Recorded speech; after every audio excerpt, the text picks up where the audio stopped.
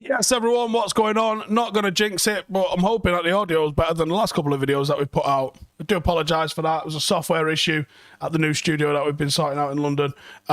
So hopefully this is back to the usual absolute tip-top quality that you come to expect, with a little bit of a popping on the P's, because I refuse to have a pop shield. Said they've got a built-in pop shield. I don't really believe it.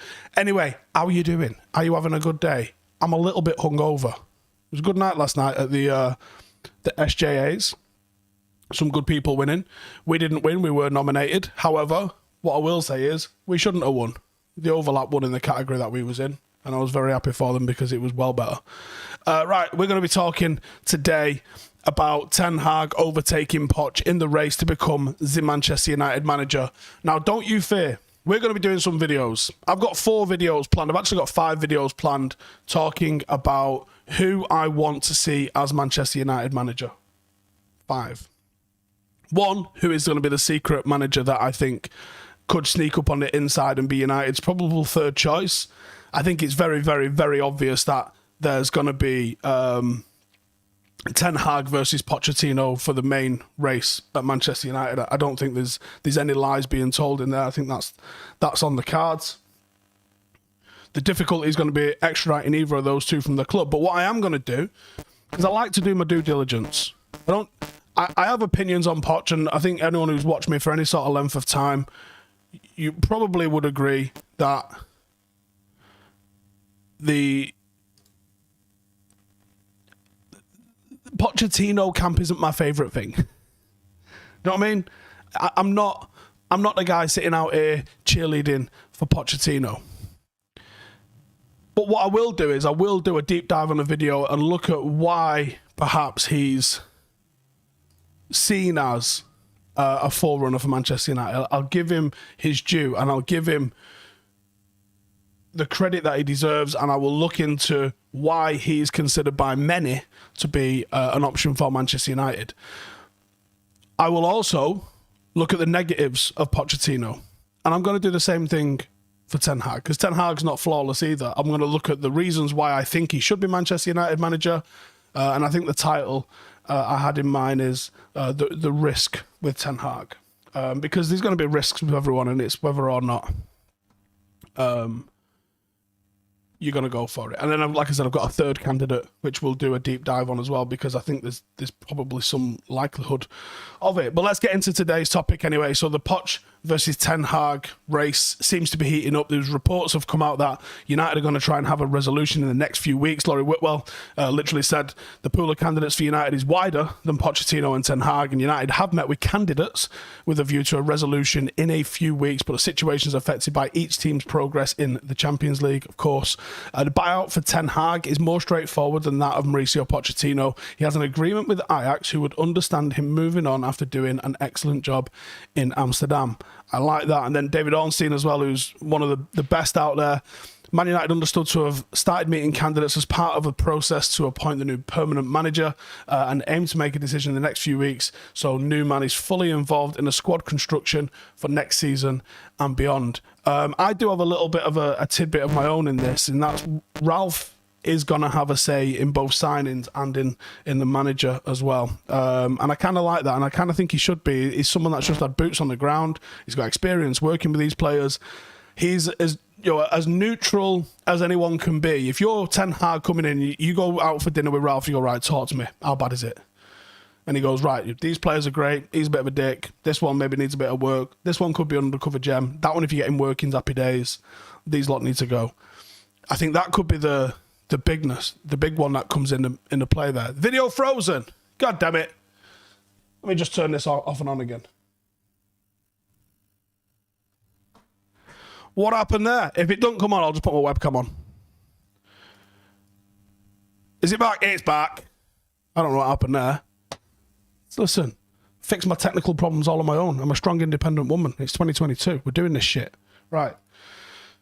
So, Ornstein's someone definitely worth listening to. Guardian Sport have also come out, he's wigging out here, isn't it? And say Mauricio Pochettino has slipped from being the favourite candidate for Manchester United to now being ranked alongside Erik Ten Hag. Ajax title defence has increased. Admiration for United on Ten Hag. Romano come out and said United are not restricting their shortlist to that pair. They've obviously all been briefed, let's be honest.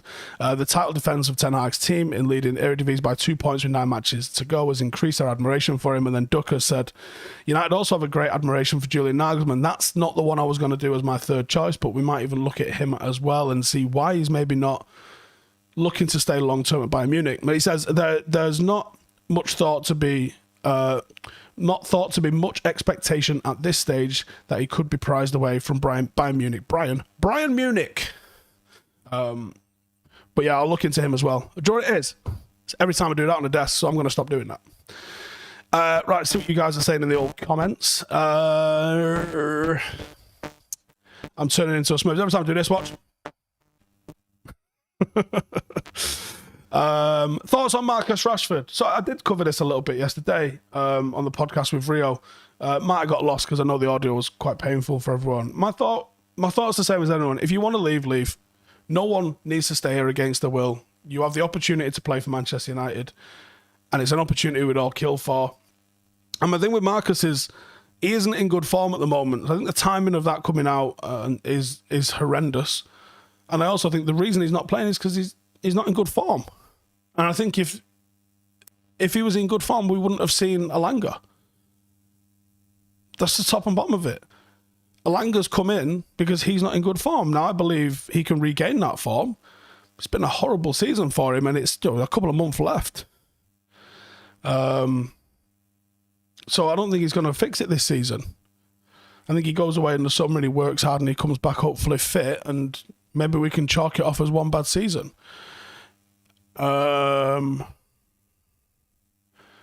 Jed says you said I know it was that leak. The Rashi story it wouldn't say on 5. Will I say it here? No.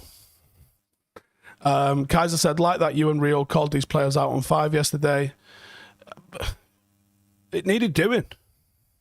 Asked him, did I manage to ask Rio why his opinion changed on Poch after the trip to France? Rio said he was very impressed with what he saw in France from Pochettino. And there was other people that went with Rio. Obviously, there's some amazing content going to be coming out from that you definitely need to go and check out. And one of them was saying he's got an aura about him, and he said he didn't think that Poch had an aura. He said, but the whole team's like family, massive positive. And he did say that Pochettino does have this real aura about him. And he goes, it never translated through TV that. He was quite shocked at the aura. Not Rio saying that, it was someone that was with him was saying he's got a serious aura about him. Which that, without giving too much of the videos I'm about to do out, that's kind of one of the things that might be a little bit of a drama with Ten Hag. Might not have the same sort of impact. When are we doing an Irish tour? Don't know. Oh, apparently the audio does have a little crackle. Oh my God, what's going on? Maybe there's been an update, but the software that we use here is the same software that we've been using in the studio. What we'll do, I'll do a couple of test records and I'll see if we can fix it, because we haven't changed anything in terms of the setup. So, it's one of those. Gary Neville's blood tweet suggests it could be Rashford, that's the leak. It ain't Rashford, that's the leak. What day is the Rio in Paris video coming out? I think it was tomorrow. We'll fix it. I think it was meant to be tomorrow, but I'm not 100% sure that's coming out. Any idea why Mitchell was with Ralph? It's on the bottom of it, right? Everyone's saying we need Cam. Cam doesn't do this stuff. Hasn't done this stuff for a long time. I covered this at the time. There could be 1,000 reasons why Ralph was with Paul Mitchell. One of those reasons could literally have been these are 2 ex-colleagues that work together, and oops, sorry, keep banging the desk. These are a couple of colleagues that have worked together for a long time. One of them happens to be in Manchester while the other one's in here, and they just decided, Ralph might have said, look, I'm going watching the youth, do you want to come along? And he was like, yeah, Joe, I'll come along. He is sporting director at Monaco. He could quite easily have been doing his due diligence on one of the United's under-18s for all we know. Might have been looking at Garnacho as a future Monaco player. Everyone thinks about it from the United side, but what if he was doing some work for Monaco? We honestly have no idea. Abhinav with a super chat. Thank you very much, brother. Says, were you in London yesterday for Vibe with Five? No, we went out to the Sports Journalism Awards last night because Vibe with Five was nominated in the podcast section. Didn't win, but that's what it was all there for. Kaiser said, what would I do with the current squad? We've got a video coming out on that maybe next week in the break where we was meant to have the Liverpool game. I think I'm probably going to do it then. Ed T says, heard Nagelsmann has been clashing with the board, doesn't want Soule sold and a new fullback but didn't get one. Well, he's going to love it in Manchester, isn't he? Because that's not going to change. Do I think getting dropped from England puts a chip on Rashford's shoulder moving forward? Mentally, he looks short. I think, well, if he gets selected, why would he get selected for England? You couldn't justify that selection, could you? Do I get fed up of the narratives people seem to think of the issues around the club? If fans of other clubs care that much, surely they deep dive into what we know as fans. People prefer the narrative because it's easy rather than the truth, which sometimes is complicated and grey. Sonic said with a super chat, thank you, says, whichever boss we got, it's going to take so long to rebuild and win big trophies. How long do you think it will take to win the league again? 10 years without a league title is disgraceful. I honestly don't know. I honestly don't know how long we're looking at for a moment. It's going to be a minute. It's definitely going to be a minute or two. Rio said 2 years. I think that's being extremely optimistic. You're hoping that people fall off rather than that we catch up, aren't you? I think you're being honest with yourself. I don't think United are capable of overtaking the teams where they are at the moment, but those teams could fall off, and they could fall off quickly. Barcelona fell off a cliff very quickly. But I don't think City look like they're about to fall off, and I hope Liverpool might have peaked, but they've looked like they've regained and come back strong, so who knows. Abhinav there with a super chat says, why is all the talk about Ralph having no authority after 6 months? I mean, he's still going to be at the club. He would still have a say. He would, yeah. He would still have a say. Otherwise, what's the point? And it looks like he's been refreshingly honest. Maybe too honest for this Manchester United board, but under new ownership and leadership, maybe it's not quite the case. Mr. Decani says, supporting this club's genuinely depressing. We have fallen off so bad. One Love says, City have too much money, and Chelsea, and you're going to throw Newcastle into the mix before that as well. Senan says, would you do a video on a whole squad? Who I would tell? That's literally what the video is, mate. That is literally what the video is. Hassan says, am I working out regularly? It looks like I've lost a lot of a body weight. I've lost 40 pounds, 42 pounds actually, which is 3 stone. Still a bit more to go, but we're doing all right. Weasel says, do you know anything about the head of fan engagement, Rick McGrath, and what does it even mean for the club? Jay knows him, and he's a good lad. And I'm what a horrible job he must have, because it's a job everyone thinks he could probably do and probably couldn't do. And he's going to get a lot of hate, probably for no reason. This United fan base couldn't agree on anything. So even if you did something that was positive for the fans, some people are going to see their ass of it. It's a horrible job. I would not have any social media if I was doing that job. I'd just disappear and just be like, yeah, you want me? You got to write me a letter because you're not fucking getting hold of me any other way. How do we realistically get rid of the Glazers? Even if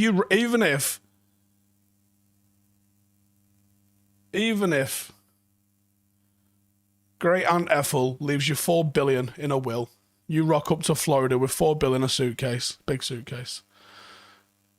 They still don't have to sell. They could still be like, all right, you got $4 billion, yeah, cool. No.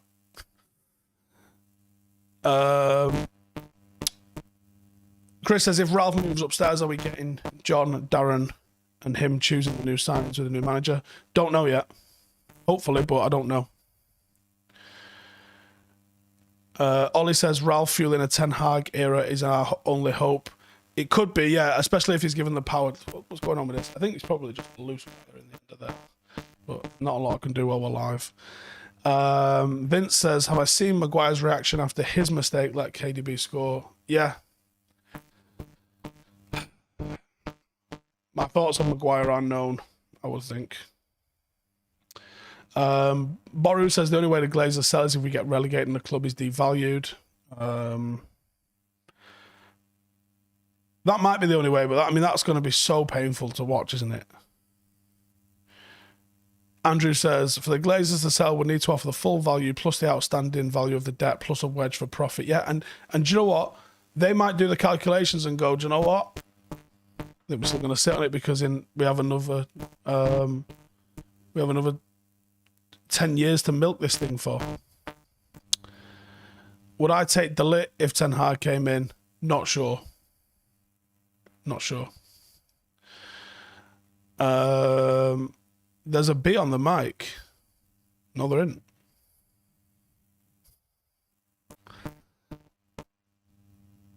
Thoughts on the new talented kid that we signed, Toby Collier? Well, I happen to know somebody at Brighton in the academy, and I'm just going to pull up our chat. So here's what he said about him the other day. So I said, Toby Collier, give us a scoopsy. And he said, oh yeah, centre mid, top English midfielder, should have been done earlier, plays DM, I'll get some clips for you. And I said, what's his character like? Any top flight players that you'd compare him to? Which he's not replied to. But he's just said, really great kid, skipper for England under 16s and 17s. I am going to watch those clips. Our video's gone again. What's going on, lads?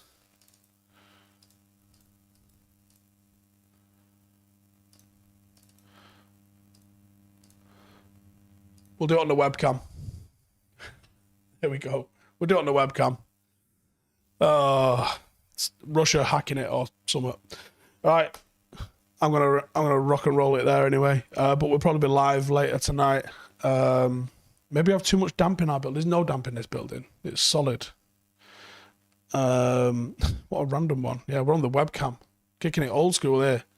Anyway, cheers for tuning in as usual. Looks like there's been a little bit of movement. We're definitely going to have all sorts of stuff popping off when it comes to these managers over the next few days. Good chance I'll be going live this evening. We got a big